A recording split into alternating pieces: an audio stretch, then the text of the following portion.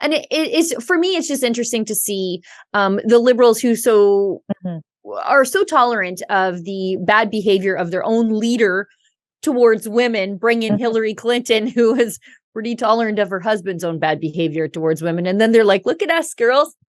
We're feminists. Yeah. So let's go to this first video. It's Chrystia Freeland saying, all that criticism of her violating civil liberties, water off a duck's back to her. She doesn't even care what you have to say about the bad things she did to you. Avi said, when I look at social media, and she said specifically, when I look at the comments made about me, I can't believe people would say mean things about me, but apparently they do, about you and Minister Anand, I just kind of think, why would I want to do that? Why would I go out there and be part of that? Now, I told her that my own reaction is tell them to bad word off. And that is my reaction. Also, I just don't read those things. I find they don't bug me so much that way. What bad things? You mean like don't seize our bank accounts kind of thing? Yeah. Is that the things you don't read, right? It's just why would you want to go out there and just take the temperature of the public whose civil liberties you're violating? Why would you even want to subject yourself to some feedback from Canadians, the people you are the deputy prime minister of? Why would you even care what those people think? What an obnoxious woman. And people tell me I'm shrill. And I can be. I take people that tell you feedback. You're shrill. I take that feedback, but man, is she just shrill. There's something about her voice that just does nothing for me. There is something about her. And I think it's obvious that she doesn't listen to the people. We shouldn't be surprised about that at all. I am wondering how much people paid to watch these two women that I would just cringe and feel nauseous about, even if I was in the room. But yeah, it's I don't know, just a very odd choice for a fireside chat leader. Although maybe the difficulty was, there's, I guess, Jacinda Ardern from New Zealand, but equally as bad, not as good on civil liberties. Actually, maybe even a little bit worse than Hillary Clinton on that issue for civil liberties. Yes, but who else do you get? Like, what other prominent female leader, although I'm not sure Hillary Clinton's actually ever led anything, who else do you get? It seems to me the strong female leaders of the world, including the new prime minister of Italy, they're conservative ladies. Right. Yeah, you're right. But imagine if it was flipped. You touched on this before, but just imagine like Pierre Poilievre. I think I saw somebody say this on Twitter too. Pierre Poilievre sitting there with Trump or even DeSantis. Everybody will lose their mind. The CBC would be like, you see, they're pushing, American politics on Canadians and things like that. Like people would just flip right out. Yeah, actually, I hope that Pierre Poilievre brings in like Christine Ohm or somebody like that, so they can like lose their minds about a prominent, successful female Republican leader, and they, at least he would take the air out of the sexism balloon for these people. Right. We've got another clip too on this beat where she praises our wonderful prime minister. He's truly a feminist, Yeah. And, a person who is on his way to the coronation right now, but who right now is the guy skiing in front, breaking through the snow, getting beaten up, is our amazing prime minister. Surfing. And we have to remember he's breaking the trail for us, right? And when he gets beaten up, it's for all of us. I know we remember that.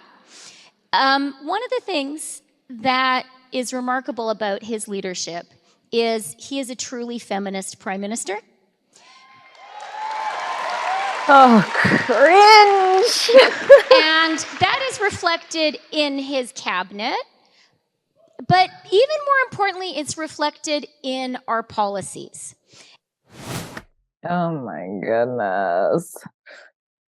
Prime Minister Groper. Yeah, he's getting beaten up. She neglected to talk about what he's getting kicked around in the media for. Yeah. And that's for letting the families of Canadian legislators get harassed and intimidated by the CCP. That's what he's getting in trouble for. And then also, previously to that, allegedly, according to CSIS leaks, benefiting from undue influence in our elections by the Chinese communists. That's what he's getting beaten up for. It's not like he's just being, people are being mean to him just for the sake of being mean to him. He's getting absolutely warranted criticism for being the beneficiary of Chinese foreign influence in our elections, basically trading our democracy to the Chinese in exchange for his stranglehold on power. And, you know, he's getting beaten up for all of us. And she's like, it doesn't matter because he says he's a feminist. And let's not forget, she benefits from all of that as well. It's her party too. But it's just, you're right. It's so warranted. And she's pitching this picture. I love how she says skiing. Like skiing is a fun activity. It's also, like, he was a snowboard instructor. So I was like, that's a little on the nose, sister. Right. But I pictured him surfing. And then she's like, when this is happening, it's for us, right? So is she trying to say for women that he's doing all this for women? He's romancing China to benefit himself and the party for us? That's a true feminist leader. And, you know, when they talk about, it reflected in the party, if you're a feminist, you treat women equal. Period. Are they the right person for the job or not? That's all that really matters. Do they have the same qualifications and everything like that? So they always talk about the cabinet. Look, I hate the diversity hires, especially in Parliament. Yeah, I mean, I'm not into egalitarianism. I don't need all of us to have the same job. I think we are equal in value, but not in role. Yeah, we're better in a certain role. But it's really... It's funny to hear this woman say, we need this man to take all the slings and arrows for us little ladies. Let's cheer for him.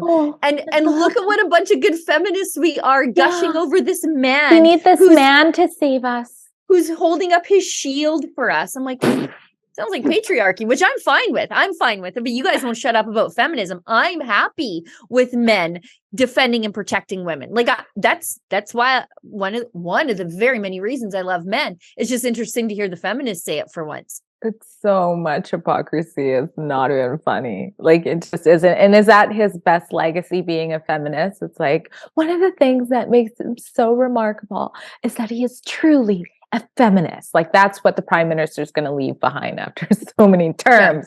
Yeah. How many terms? 3. No, I mean, and is it uncounting? I hope not. Please, no more. And again, like Mr. Kokanee Grope, she experienced it differently. He's the guy. He's your feminist. I don't know. Jody Whistling-Raybould, you know? Yeah. She was a woman on top. Yeah. I don't know.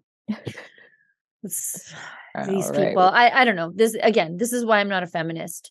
Let us know what you guys think in the comments. Are we on the right track here? Is that as cringe as it was for me, as it was for you?